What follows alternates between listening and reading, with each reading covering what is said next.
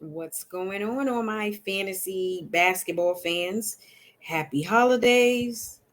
It's a great weekend for basketball. I'm sitting back, relaxing, enjoying some leftovers for Thanksgiving. Nonetheless, y'all, today we are going to discuss some players you should prioritize picking up via the waiver wire. It's another great week in fantasy basketball, and these players should be able to help you due to injuries, load management, because you know how we feel about load management, and whatever other issues you may have with your rosters. So definitely check for these guys. But make sure you are subscribed to the channel. Make sure you let everybody know about the Score Fantasy Basketball podcast. Make sure you share all the videos and content, and make sure you hit the like button, and make sure you tune in every week for great content to help your team in fantasy basketball. Let's jump right into it, y'all. So this is a good week, no fantasy basketball, pretty much no basketball on Thursday because it's a football thing due to the Thanksgiving holiday. And again, happy Thanksgiving to all of you lovely people out there, and thank you for supporting the show. So there definitely wasn't any basketball on Thursday. Nonetheless, got a lot of basketball to finish the weekend off, and you are looking for players to add to your team going forward, especially week 7. Definitely have some great players that you should consider. The first player we're going to talk about is Dillon Brooks, guard slash forward with the Grizzlies. He's definitely a big part of what the Grizzlies are doing out there. He was definitely one of the most improved players last season. He was a part of what they did last year, and going forward, he is a player that you can trust is going to at least score points. If nothing else, he's going to score points and shoot at least 38% from threes, which is solid for a player. So what he's doing right now is averaging 19.4 points per game. It's going to give you at least 2 rebounds and 2 assists, and he's going to shoot 37% from threes, which he is currently doing right now. He did miss some time early on in the season. He is now healthy and playing some really good basketball. He's definitely a part of the rotation with the Grizzlies, and he's a player that you should consider adding. He is rostered in 68% of Yahoo leagues. Again, my roster percentage and breakdowns are based on the Yahoo platform. I exclusively use the Yahoo Fantasy Basketball platform to host all of my redraft leagues. I use Sleeper for a dynasty league, which I am testing right now, but my go-to for fantasy basketball is the Yahoo platform. So all of my statistics and breakdowns and recommendations are for Yahoo, but nonetheless, you can pick these players up if you are using ESPN or any other fantasy basketball platforms. So definitely, again, check for Brooks because he has performed really well this season. Nothing like having someone come off your bench who's scoring 19 points per game is going to shoot 37% from threes. Very good production. He's going to get you between 26 and 28 fantasy points per game. That is very good production. Some nights he's going to start for you. There may be some other nights where you have some players who are producing at a higher rate, and those are your starters. Those are the guys who you typically drafted to start. But nonetheless, Dillon Brooks must add, y'all. Go on and pick him up. TJ Mcconnell has been one of the more consistent Pacers. They've been inconsistent up and down. Thought they would have a much better season, but nonetheless, it's still early on in the season. But McConnell is playing very well. He's rostered in 54% Yahoo leagues. He's going to get you between 23 and 25 fantasy points. He's going to do a little bit of everything. He's going to get you some points, some steals, some rebounds. He's not shooting a high percentage from three. So if you were looking for a guard to help you as a spot start, he is not an option when it comes to his 3-point percentage. He's only shooting 31% for the season, which is really bad for a guard. But nonetheless, he is shooting 50% from the field. But if you do use him in a categories based league, just know that although he's going to shoot a high percentage from the field, his 3-point percentage is going to bring your team down in the categories-based league. But nonetheless, if you are in the points-based league, if he's getting between 23 and 25 points per night, that is great production for a player coming off your bench. Don't get it twisted. You're not picking him up to be your starter for the whole season. You're picking him up to be a part of your bench and going for what you're going to do, and a player you would use when your go-to starters are out due to whatever it may be. That, again, that may be injuries, COVID protocol, load management, whatever the case it may be. So with Mcconnell, he's averaging 9 points, 3.5 rebounds, and 5.2 assists, which is really good for a player who's going to come off your bench. Very good production. Nonetheless, again, I did say that he was going to do a little bit of everything. You're not going to see him averaging 15 points per game, but the rebounds and assists balance that out, which is why he's going to get you between 23 and 25 fantasy points on a nightly basis. And that is all you can ask for a player who is coming off your bench. Again, I must stress to you guys that when you are building your fantasy basketball team, it's not just the starters. You have to have a solid bench because there are going to be nights where those starters don't play. And you also must realize injuries are a part of the game, whether it's a short-term situation or long-term. You definitely have to take care and manage your bench. And your bench is definitely what you're looking at closely when it comes to the waiver wire pretty much every day with players you're going to pick up. And then at the beginning of every week. You definitely have to check into that and monitor this. So my boy Derrick Rose is playing much better. Early on in the season, he was playing really bad, but nonetheless, he has picked it up a bit. He's rostered in around 52% of Yahoo leagues. He's going to get you between 22 to 24 fantasy points, which is really, really good. Again, if you can get someone to come off your bench and get you 22 to 24 fantasy points, that is fine. Okay. Rose is going to play around 23, 24 minutes per game. He's averaging 12 points, 2.8 rebounds, 3.4 assists, and 1 steal per game. So he's doing a little bit of everything, and he's going to get you to 12 points. Double-digit points is not bad for a guard coming off your bench spot start. He's not going to be the guy who's going to start for your team on a nightly basis because although he's getting you between 22 and 24 fantasy points, it is going to be a bit inconsistent. So you are using him, again, to come off your bench, not every night. And then some nights he's going to have a good game where he may push that 24 to 30, or he may just be someone you look to add for a game and drop him because there are other players who may produce. But nonetheless, Rose is playing very well for this season. He's averaging the 12 points a game, which is really good. And he's shooting 45% from the field. And he's shooting 41.9% from threes, which is very good for Derrick Rose, a player you're not looking at as a 3-point threat. Nonetheless, again, he is a player that you just got to monitor his production because, again, beginning of the season, he was very inconsistent, and he was a player who was considered droppable at that point in time. But although he's playing well, you may want to use him in that, well, I'll use him for this game or for this week and then move on. You use a player until they have no use, and then you move on from them. Alex Caruso is a player who's going to be a long-term option in fantasy basketball. So if you can pick him up. He's rostered in 57% of Yahoo leagues. He is a part of the rotation. At times he is starting. He is definitely the first man off the bench with Patrick Williams out for the season. Alex Caruso is definitely playing more minutes. He's playing 29.7 minutes a game, which is essentially 30 minutes per game. Okay. His field goal percentage and 3-point percentage is low, but he's going to do a little bit of everything. And he's going to get you between 24 and 26 fantasy points. That is great production for a player who's going to come off your bench.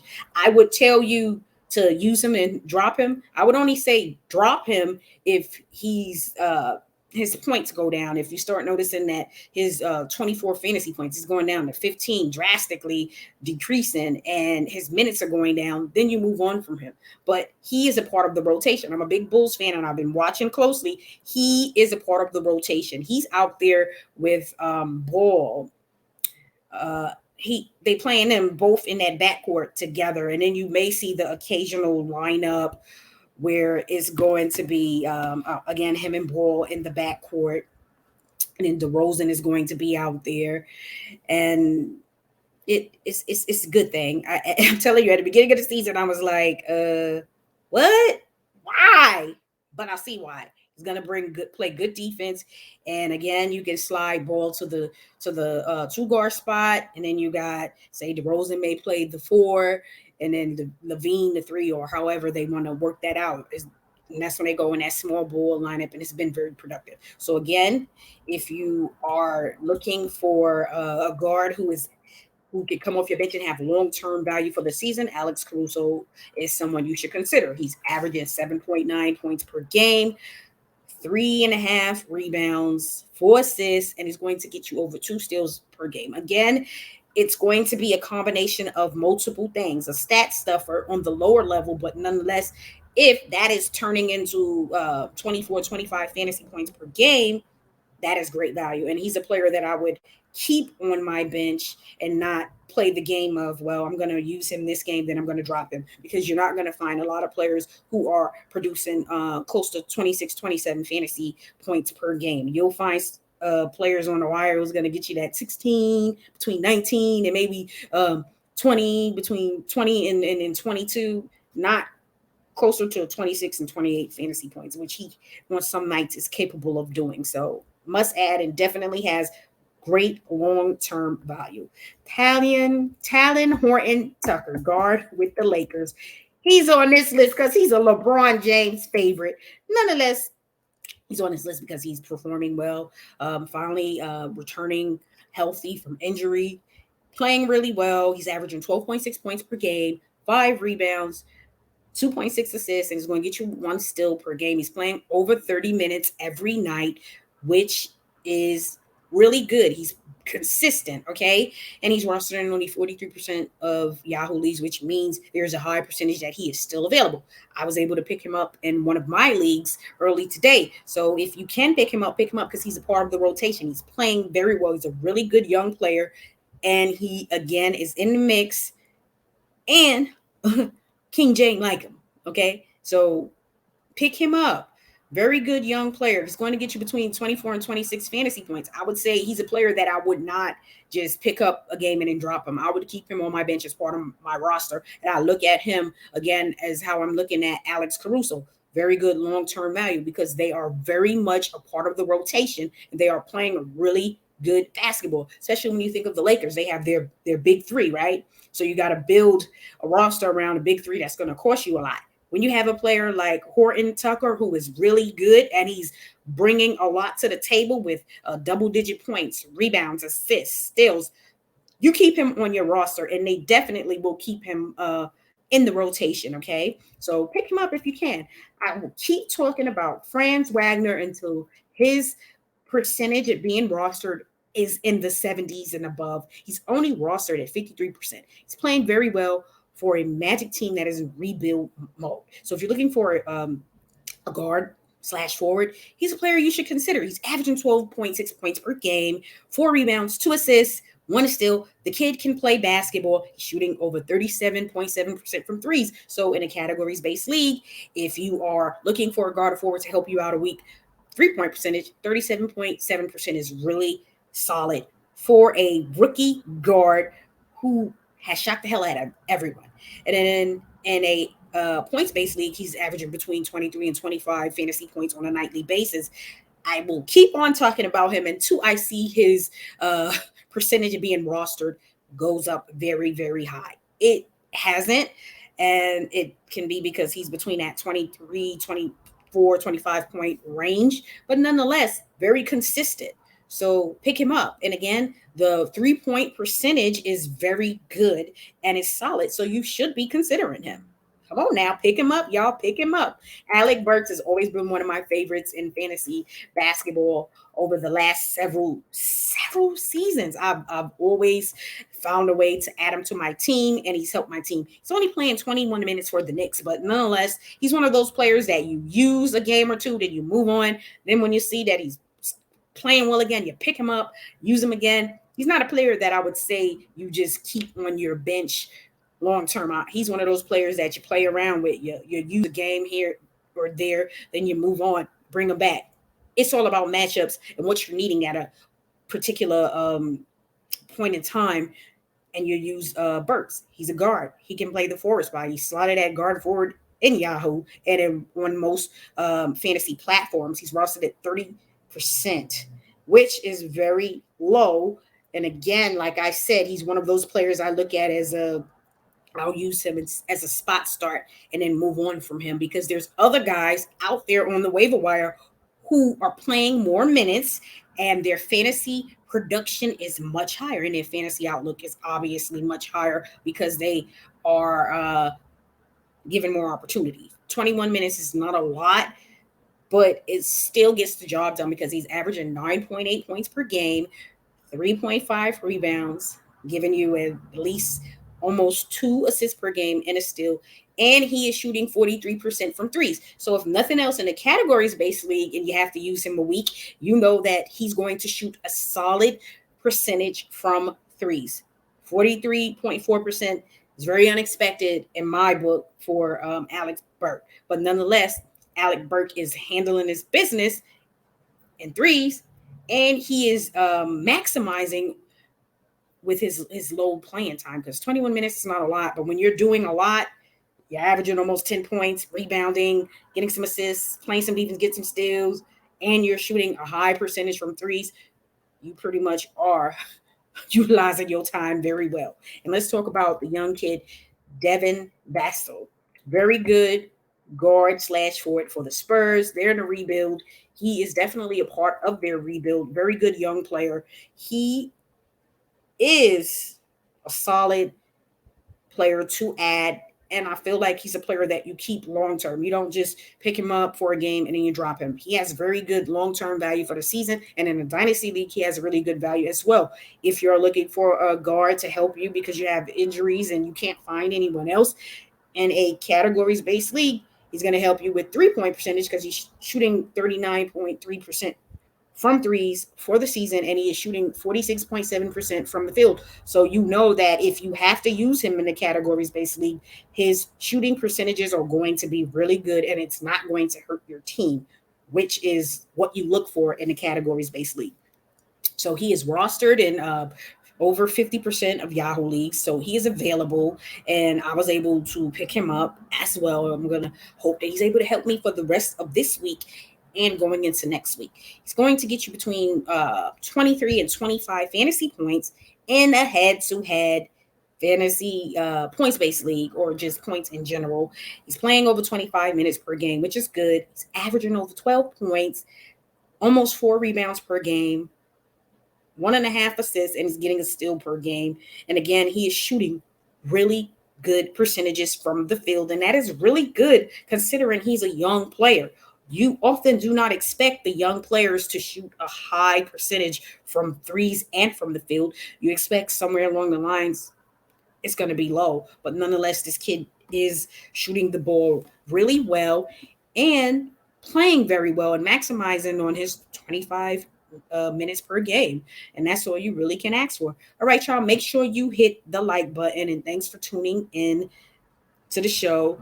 Make sure you are subscribed to the channel. I can't stress enough, subscribe to the channel so you can stay connected, because we drop a lot of great content throughout the week.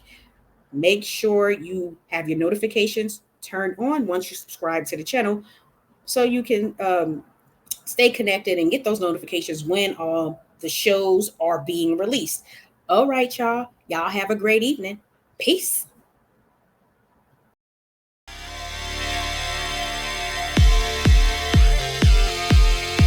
Thanks for listening to The Score Fantasy Basketball Podcast. Be sure to subscribe to The Score for more fun and great advice on how to win at fantasy basketball. And if you've got comments or questions about The Score, send them to waiverwirequeen@gmail.com.